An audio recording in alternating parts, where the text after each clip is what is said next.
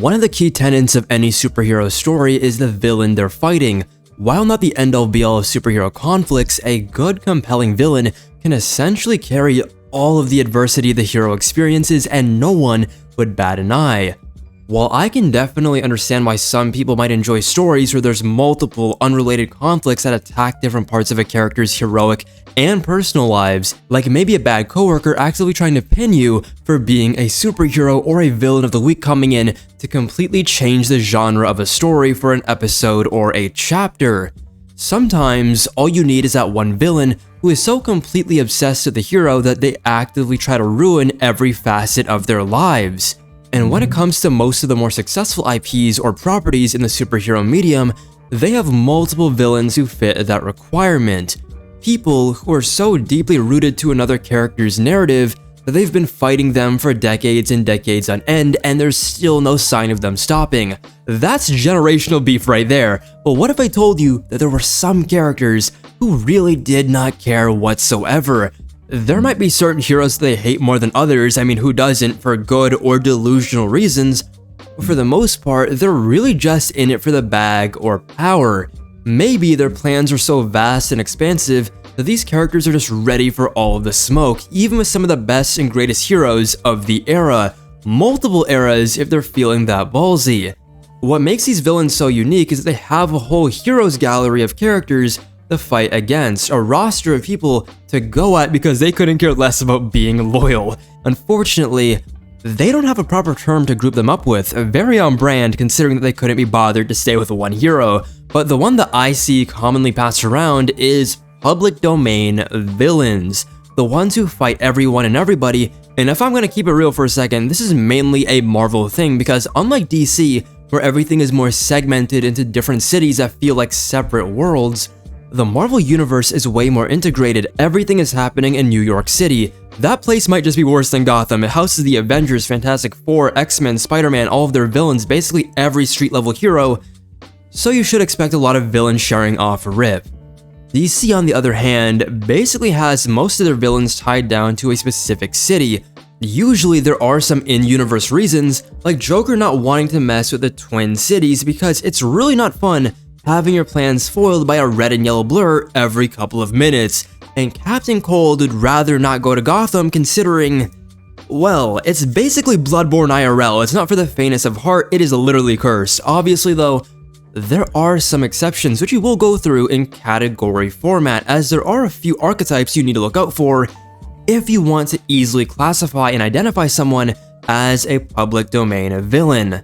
But before we get started, let us know down below if you have a better name for them or some other possible ideas that can be used more generally, because while public domain villain technically works since any writer or hero can use them for their story, there must be something more simple. But without further ado, let's get to it. Hey everyone, post-production Natrix here, just stopping by to remind you that if you enjoy the content, to like, subscribe, and turn on post notifications. It is free, and it really helps the channel out a ton, and 14% of you guys are subscribed.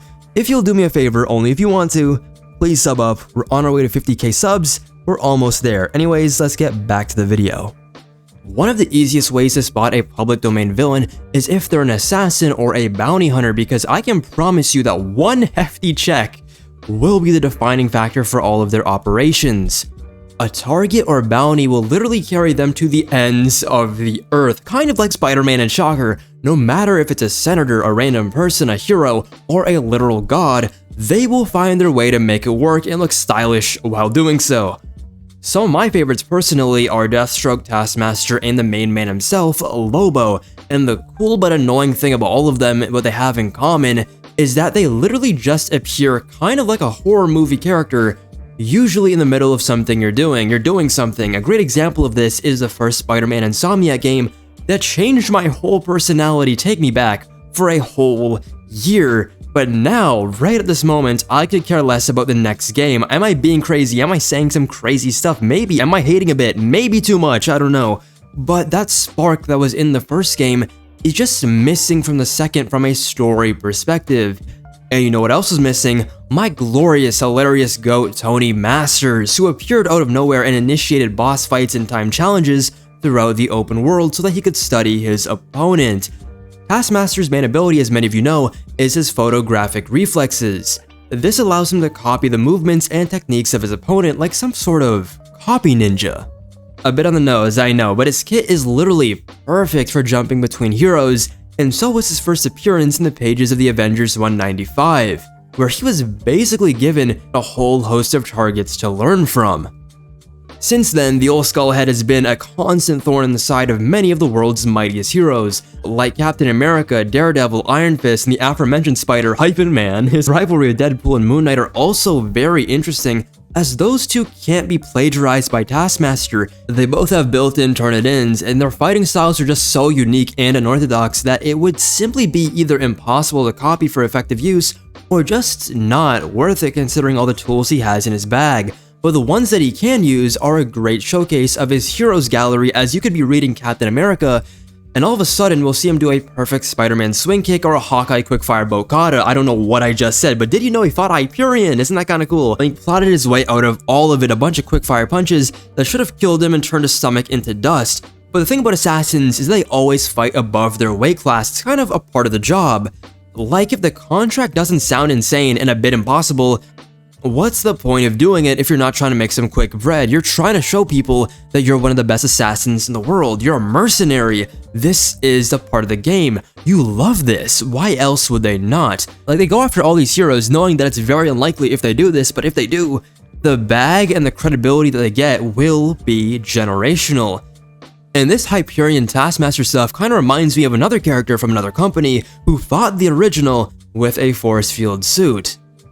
Yeah, I'm talking about Deathstroke when he fought Superman. That time, though, it actually made sense. When he fought the Justice League, though, well, let's just say you can enjoy the panels, but Slade is a very peculiar case of a public domain villain, as many fans hate that people consider him a Batman villain. Understandably so, though, considering his biggest connections are to Nightwing, the Teen Titans, and even Green Arrow, with the latter being the first hero he fought in current continuity. But it's also important to remember that Slade is, once again, a mercenary. He fought the Teen Titans. Why? To carry on the contract of his deceased son to kill them. A contract that will likely make its way to Bruce sooner than later. Maybe not exactly that one, considering Nightwing and Bruce's connections, but he's literally within a system where he gets thrown contracts to kill heroes all the time. Why would he not fight Batman, right?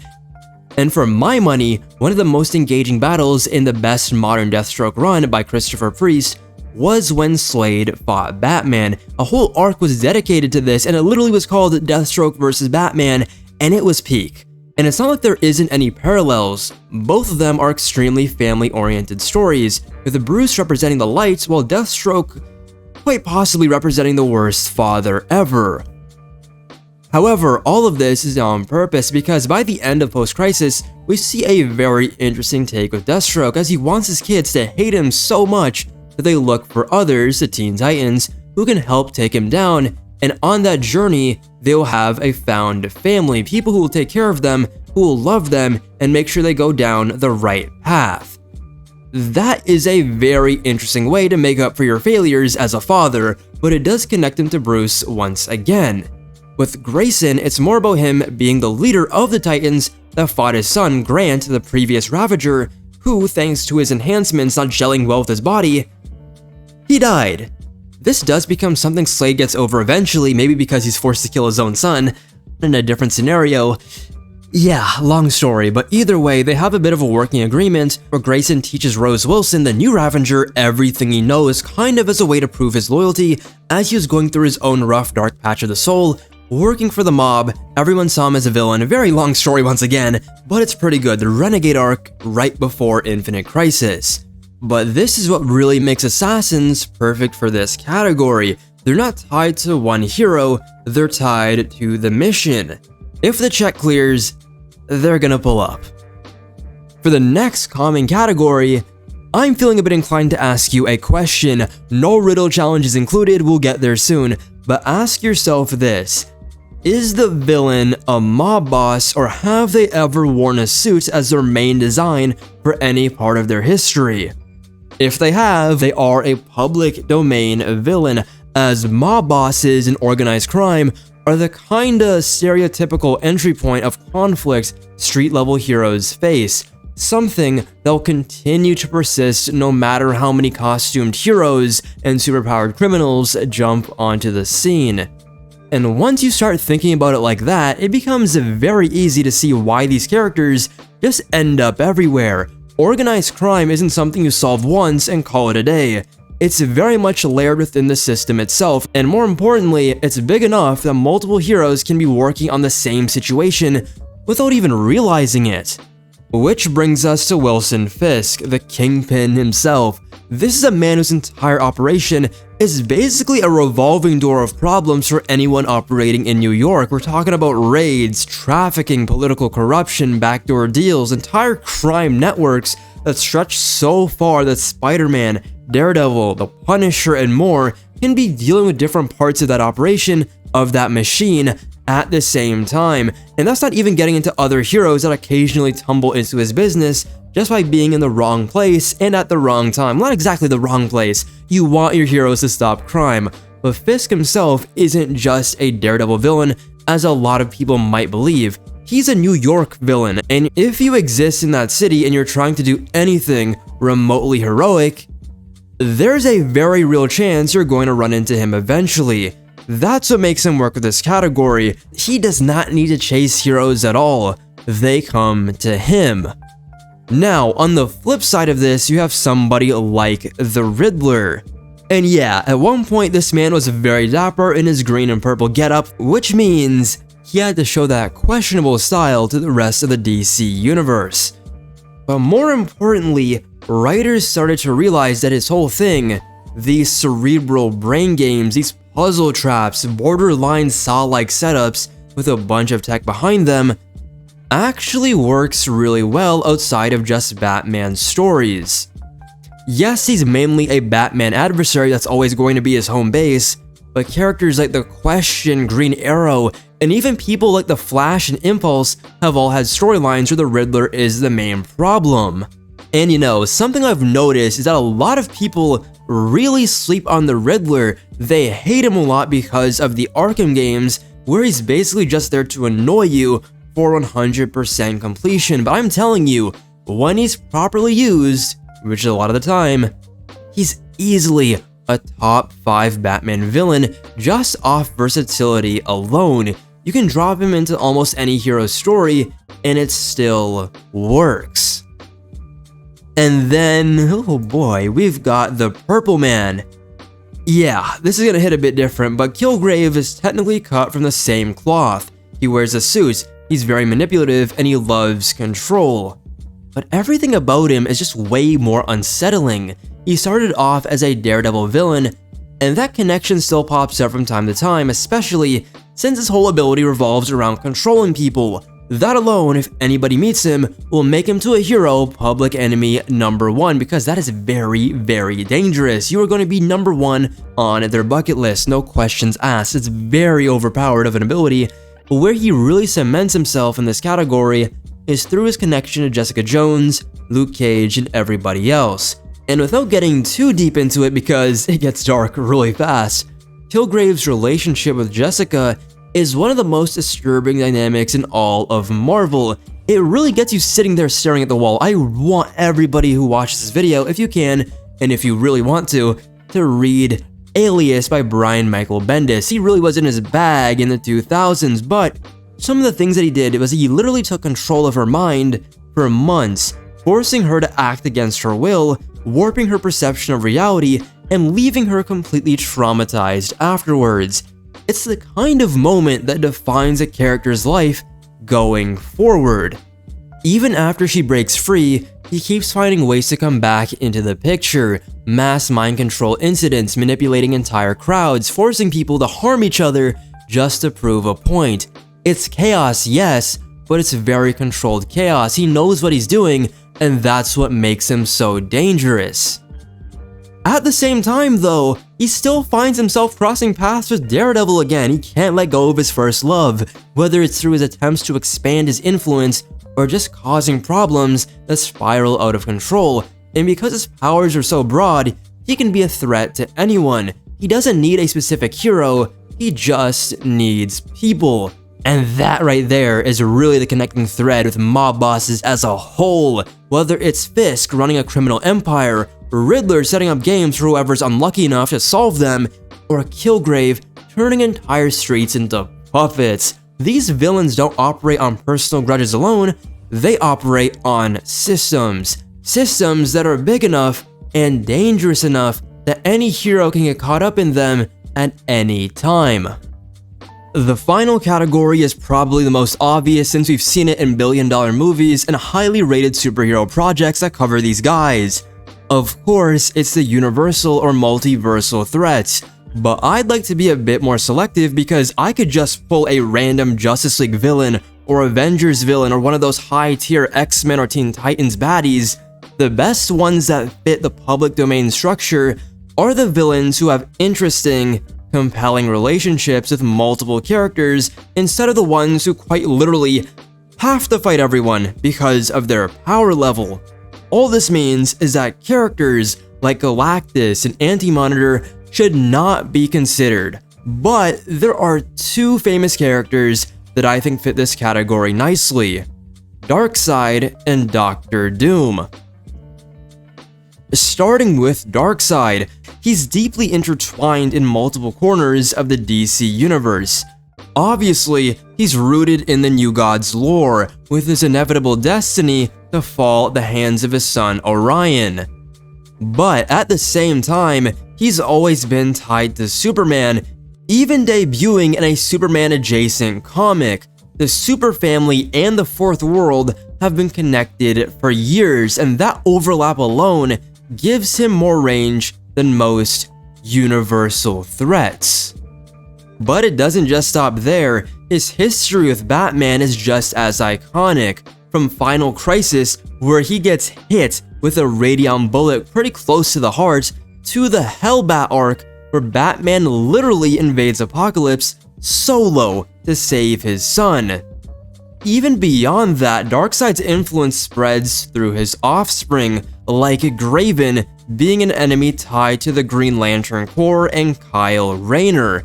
And then we have Wonder Woman and Martian Manhunter, where the connections become even more personal and thematic. Darkseid once invaded Themyscira, trying to locate and overthrow the Olympian gods, leading to a devastating war with the Amazons that wiped out a massive portion of their population. Wonder Woman eventually does get her revenge in a very symbolic way, weakening him by forcing a piece of her own soul into him, which is really cool. With Martian Manhunter, it gets even deeper. Okay, that's a bit weird, but Darkseid's agents infiltrated Mars under the guise of diplomacy, okay, we always say that, only to betray the Martians and confirm the existence of the anti-life equation through their philosophy of the life equation. That betrayal right there, combined with the destruction of Mars and Malfa X's actions, I'm pretty sure that's how you say Martian Manhunter's brother's name. Don't quote me on it, they have crazy weird names that kinda sound like human names, but either way, his actions under Darkseid's influence make him a direct and personal enemy to John. Thematically though, it is perfect too. Everything works together. Mars represents life, connection, and empathy, while Apokolips is built on oppression and control. It is literally an ideological opposite. Darkseid as a character just works because he's connected to everyone in a way that matters. Then you have Dr. Doom, who operates very differently but has that same standard. His core rivalry with the Fantastic Four, especially Reed Richards, is already one of the most iconic in comics, but Doom doesn't stay regulated or contained in that sphere of Marvel. He's clashed with the Avengers multiple times, even going toe-to-toe with Tony Stark in stories like Iron Man number 150, with their conflict becoming a battle of intellect just as much as it is about power and technology. And then, there's his really cool involvement with Black Panther in Doom War, which might be one of my favorite examples of how dangerous he really is. Doom manipulates an entire faction within Wakanda, plants nanite surveillance across the population, and uses that intel to gain access to their vibranium reserves. And once he gets that, it was almost GG's. He pushes himself to near unstoppable levels of power by weaponizing the vibranium's potential. The only reason why he loses, to keep it a buck, is because T'Challa is just that guy, and he's willing to sacrifice everything by rendering all of that Wakandan vibranium completely inert. That's the key difference. Doom isn't just showing up to fight, he embeds himself into systems, into nations, into people. Whether it's the Fantastic Four, the Avengers, Wakanda, the X-Men, anybody, Spider-Man. His presence forces entire worlds and groups of characters and parts of the Marvel Universe to respond at a time. And just like Darkseid, that's what puts him in this category. Once again, it is not about scale. It's about impact across multiple corners of the universe with relationships that actually carry weight. And I didn't even mention Doom being Iron Man for a spell that actually somehow ended up being a good run by Bendis. Like, Doom just is the Marvel villain. But yeah guys, let me know down below, who are your favorite public domain villains? Is there a better phrase that you think we could use for public domain, because it does sound kind of weird? Let me know down below. Remember to like, subscribe, and turn on post notifications so you know when a new video goes live. And yeah, see you all later. Take care. Deuces. Peace.